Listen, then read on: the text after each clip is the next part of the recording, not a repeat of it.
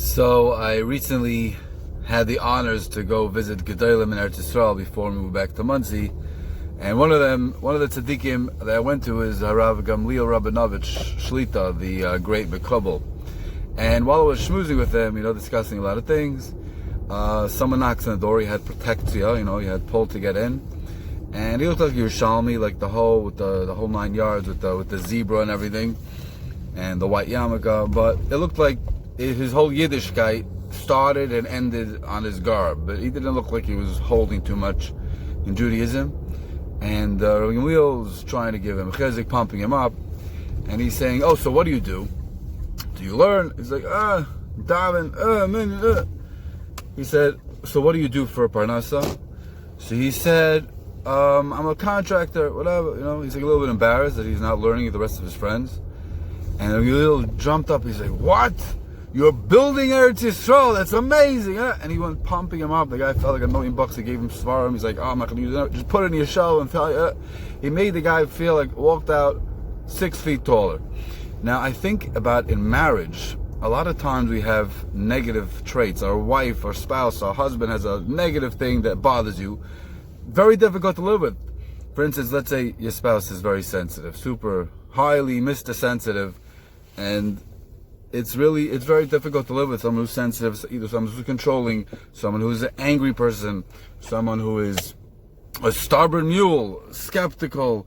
These things are very difficult to live with. So how do you do it?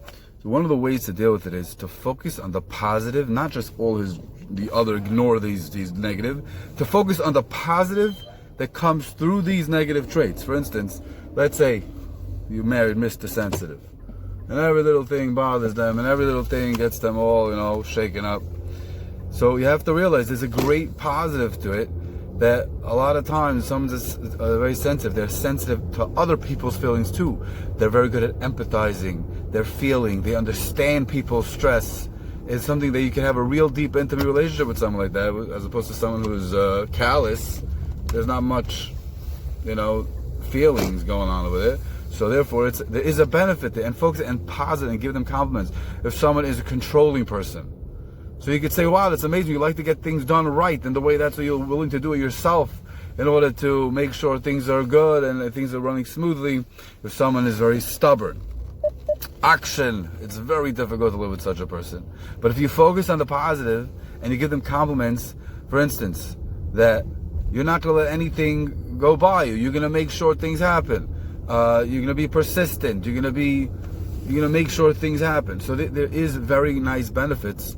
You're committed to your beliefs. You're not going to let things go slide. If someone's very blunt, if someone's very pessimistic or sarcastic, or skeptical, that could also be a positive, because they're never going to get scammed. They're going to research a million things. They're going to find the evidence to make sure it's really true. So these things have a nice silver lining. If someone's always blunt, say, "Wow, you're so honest. I can really understand.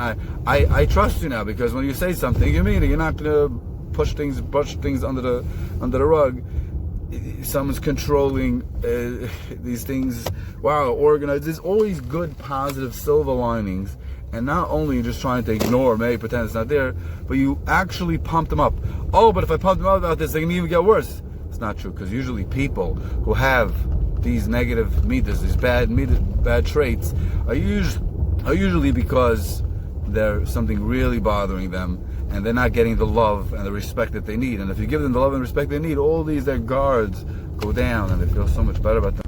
So let's try to be like Rabbi Gamliel in this aspect, at least, to focus on the positive. When things look really rough, you'll have, in Metz Hashem, an amazing life and amazing marriage.